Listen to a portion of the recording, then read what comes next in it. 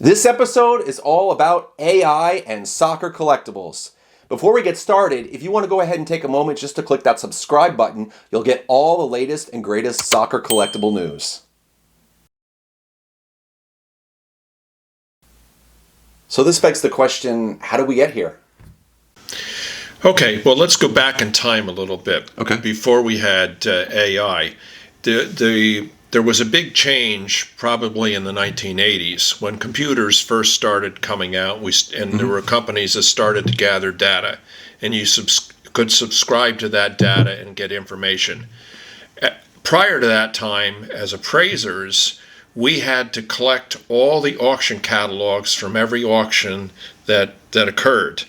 And we would get the catalogs, and then we would get the prices that actually happened at the auction, and we would transcribe them into our catalogs.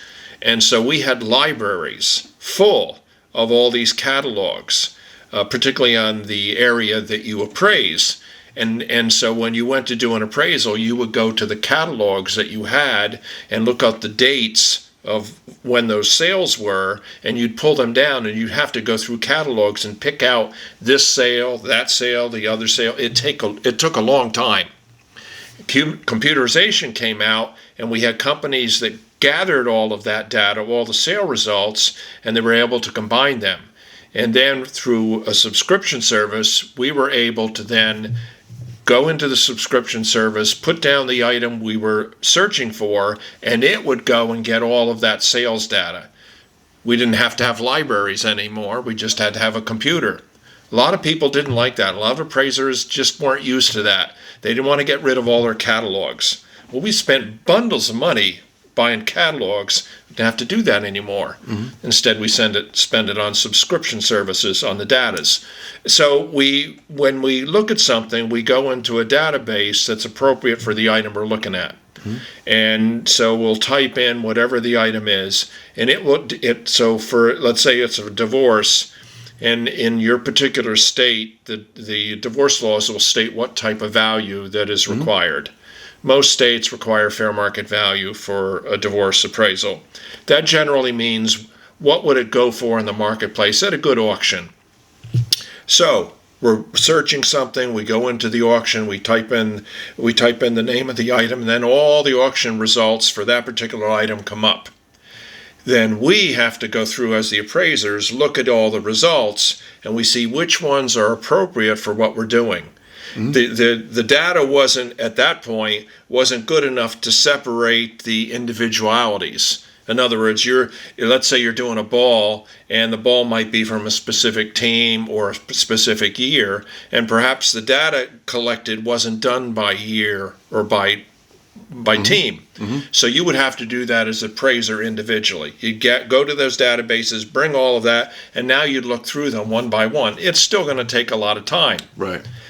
Now it's much better. Now you can go in and there's all kind of filters, so you can check all the filters before it goes and grabs all of those things. So I can get the same type of ball, I can get the team, I can get the player, I can get the year, and so it'll just grab all of that information. And so as the appraiser, we've narrowed it down a bit to those results we think are really applicable.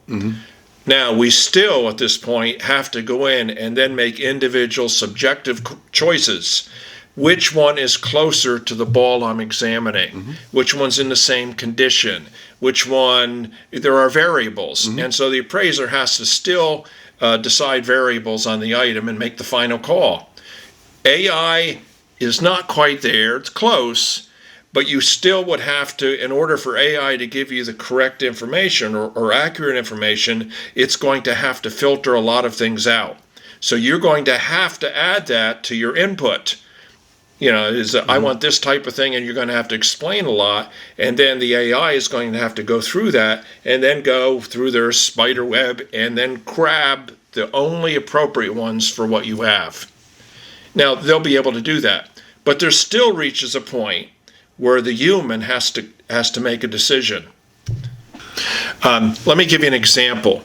As an appraiser, if we're looking at a ball, okay, and so we can see the ball, we see what type of ball it is, We'll see if we know what year it is. We'll see what team it might have come, and we'll see if it's autographed by a certain player. We get all of that information. We'll take pictures of it, and we can even download the pictures to get the AI off of it.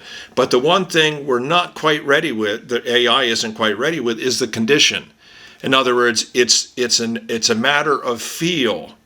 So the feeling of a surface or a feeling of an artwork, the feel, the texture, it's still part of the inspection process, and AI can't get the feel. Inspection is where the work of the appraiser really comes in, because he or she knows what to look for. Sure. So if you're dealing with coins, they'll know exactly what to look for with the coin. If it's silver, you'll know what marks to look. If it's a piece of china, you'll know, look in the back of the plate or whatever it is, you'll know, and you'll be able to look. Now, ultimately, at the end of the day, in 5 years or 6 months or whatever, AI may be able to even do that. I mean, you'll be able to scan it with your new phones that come out, in a year or whatever, where you hold it a certain way, and it will be able to scan it and tell you exactly what that item is, give you a little write-up, links on where you can find that. I mean, it's when you think about really what's possible, it's almost like from a science fiction movie. Right, sure. But that's inspection. In other words, a visual. Right. A visual inspection. When I'm talking about feeling it, is AI can't do that yet. Right. The other word that we would use in the appraisal profession, like for furniture, is patina. Right. Patina is it's the warm glow on the surface, and sometimes you have to run your hand over a fine piece of furniture and to understand what the patina is. That doesn't come across always in a photograph. Right. And so the appraiser makes the decision, is that had a really nice patina, which means that instead of having a value of X, it might have a value that's, hundreds or thousands of dollars more, because the patina is extra special. And patina, it can be the converse side of it, or the other side of the coin is that patina in memorabilia is a bad thing. Generally, but let's take, for example... But the point you're trying to make, I think, is a good one, is that if it's something that has bad condition as well, if it's a shirt and the shirt is frayed or the material is scuffed, that might add or detract value depending on the type of memorabilia. If it's a match-worn shirt and a player goes up to head the ball and someone rips a piece of his jersey off, or he dives and it's a header and he scuffs some of the jersey, that is going to add value to that particular item. The same thing with a shirt is, let's say this shirt was a game-worn shirt from a famous player. Right. Whoever gets that shirt then sees the stains on it. It smells because it was in the game. There's sweat on it. They wash it. Right. Is that shirt worth more washed or unwashed? It is worth more unwashed because it has a DNA of the player on it. It's got the grass stain from the pitch. So, I mean, that's something that you don't always get from AI. Right. Collectors are pretty savvy with that stuff. Shirt collectors, especially collectors who collect match-worn shirts, they know pretty much what to do with their stuff. So they're going to be, as much as we're skeptical with AI, they'll probably be even more skeptical with AI, because they're going to say a computer hasn't been going to matches since they were 6 years old. A computer doesn't know this player. A computer doesn't feel the heart. But I always feel, and there's some of the skepticism within me, is that technology, as long as it's something that can be repeated or that's regular, technology can replace a lot of our behaviors and judgment and whatever. Sure. So I remember years ago when we had the auction gallery, and so we would bring items to the auction gallery to sell, and usually whole housefuls of stuff. So we're taking items into the auction gallery, we're displaying it there, and having the auction. I recall, because if you took things from a house where there was a heavy smoker, you might not notice a smell when you were at the house, but when we got it back to our gallery and we set it up, because we didn't smoke in the gallery, you went in there and this smell permeated the items, and that would affect the price. Because it could look wonderful, but it had that smell, and it's just not going to bring, and so that's not going to be visible or told in an AI situation. And it might not even be, we're just talking about any kind of damage. It could be water damage. Right. And if there's water damage to an item, maybe that item, maybe it looks okay. And then you bring it back and you smell the mildew on it. So, But I had an appraisal a month ago, and the pictures were sent to me, and the information was sent to me. I didn't go examine the items myself, but the pictures were sent, and I asked them other questions about the items. And so I did the appraisal, sent it in, and the owner was really upset.